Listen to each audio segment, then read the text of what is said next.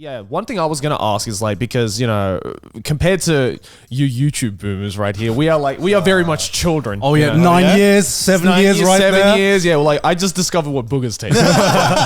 So it's like what I wanted to ask you specifically is like, how much of longevity do you see as a YouTuber being a career, right? Because it's like we don't really have any because say of Hollywood or like the acting industry or music industry, right? Yeah. We already have examples of people who have had careers for like 30, 40, 50 years plus, right? But because YouTube is such a new thing, whereas like I think the longest is probably someone like you, right? It's like, do you see yourself doing this for the next 10, 15 years again?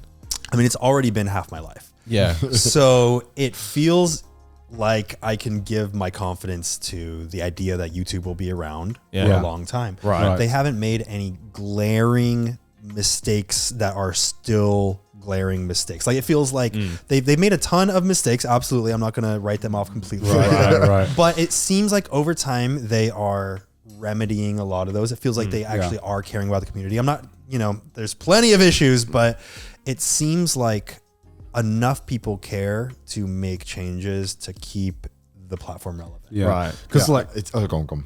Oh, I completely lost my because obviously people are going to be like, what do you mean they did this I fucking know, thing? yeah. And it's like, I think, as you were saying, as a whole platform, I think they meant, considering the amount of shit that goes on the platform, they do a pretty good job at keeping it relevant, pushing it forward, and making it the place. Yeah. Obviously, there's places. Yeah, because where I think fuck up definitely like the one moment that YouTube like did a fuck you walkie and everyone was like, this is the end of YouTube, was when demonetization became a thing, right? Yeah. And the adpocalypse came Yeah, out. yeah. Everyone unanimous was like, this is it. This is where it dies. Yeah. But it somehow managed to stick around for what, 5 extra years? That needed to happen, though. Yeah. Looking back at it, it was an inevitability that it was going to come to something like Yeah. just a system like that was going to have to be put. Yeah. They implemented a lot of things that help with that though. Like on the back end, you can Yeah. upload a video now and it'll say, I'm not sure if it's for everyone. I think it's for everyone. Please correct me if I'm wrong. I don't want to be like, YouTube privilege right I'm here. like, YouTube's great. And they're like, bro, we do not have any of those features.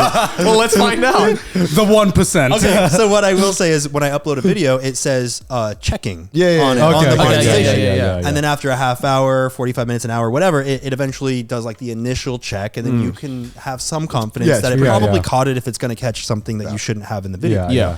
So that has given me a lot of confidence in the direction of that, because monetization was a huge issue. Every time I would upload for a while, I was like, I don't know. Let's see, this thing I put tens of thousands of dollars into, it might be worth nothing. I might just be in the red for this. Right. So they did fix some things, I feel, and they're slowly but surely, I think, fixing a lot of the glaring issues. Yeah. Was there like a point where like this changed from, because as with the way being a content creator is, this changed from being a job to a career? Because like for the longest time I treated YouTube as a job, because you wake up and you're like, maybe I'll be irrelevant tomorrow, a week from now, a year. And like I didn't really feel like this was a career literally until this podcast, when I'm just like, oh, okay, this is like a business, sustainable business that I can see myself 5-10 years in the future. Was there a point for that for you?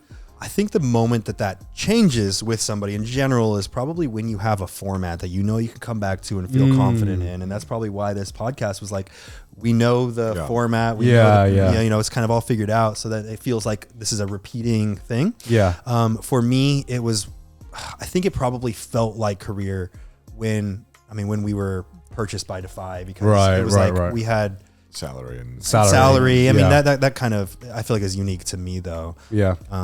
But then after that, going off independently, the moment that it felt like a career for me now was when I had a series I spent a day with to go back to. I knew that it was a repeating thing. Like a safety net, like something comfort, I think that's the difference. Yeah. When you know that you have something, you're not starting from square one every single video. Yeah. A lot of people are still trying to figure out what they're doing. So every single video is back to the drawing board. And then that just feels like a job. And trust me, it's tough. Yeah, because like I feel like when you're starting off at YouTube, you want to make like every video like a 10 out of 10 banger. You want to be motivated. You want to do something new every time. Then you realize that after a year or two of doing it, you're like, this is not sustainable at all. I need some kind of formula that I can fall back on, because I can't always be, at my peak of creativity every time. Yeah. So you guys are like 90%, probably going into each episode 90% sure where things are going to go, you know, and yeah. Well, going back to the beginning of this episode, right?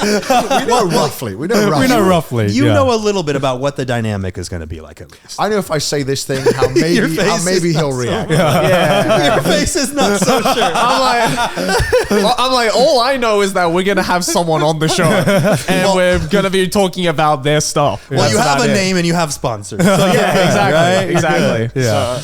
Yeah. I guess sorry. No, I was just saying, like, I feel like in a weird way, we're still trying to figure out that formula for Trash Taste in a sense. Really? It's like we've kind of figured it out. You know, it's obviously like a lot 100 episodes deep. 100 episodes deep, right? But it's like I'm personally always like, scared of like that moment where it starts to get repetitive or starts to feel like a job. And like luckily it's I don't feel that way right now about it. Yeah. But it's like I am scared to like fall into that. So what are you doing to prevent it from feeling like it's a repetitive job?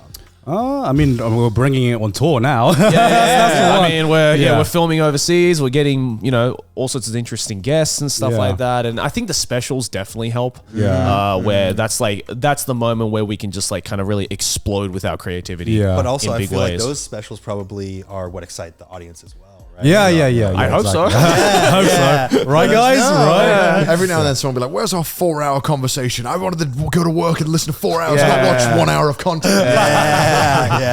Yeah. I guess like my final question is, what do you want to do in the future? I mean, you've been on the platform 17 years. Yeah. You can do something for your 20th anniversary? Got nothing planned, man. But 21st, you don't know. I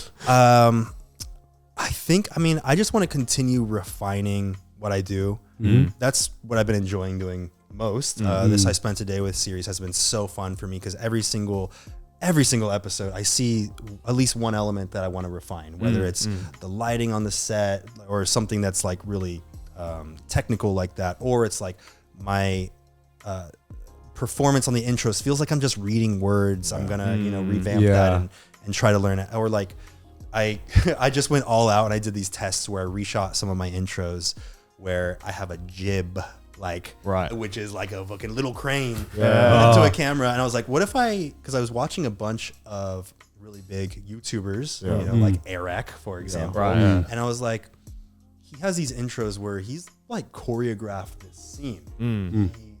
There's one that he did like about like, what would you do if you had 1 day left to live? Right. So he starts off and it's like the doctor saying, you have 1 day left to live. And he's like in these bandages. And then he's like, he just gets up and he gets out and the doctor's like, where are you going? And he's like ripping off his bandages and stuff. He's like talking to the camera and he's like, what would you do if you had 1 day left to live? And he's like saying this to the audience, and he's bringing us through the cameras, like following him. And it's like this choreographed scene that just immediately right off the bat, there was this effort that went into this. This is a good setup for this video because I know that if the rest of this video is like anything like these first 30 seconds, it's gonna be so much fun. So I was like, how could I apply some of these things that I'm seeing modern YouTubers do, and apply it to an interview format? And I was like, well, I could kind of choreograph the way that I say these things.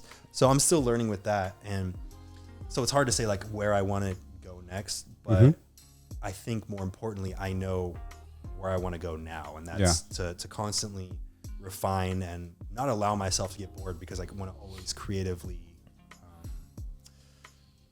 see what is like right out of my comfort zone. It's pretty cool that you've been on YouTube for that long. You're like, I still want to get inspiration. I was about to say that's very humbling.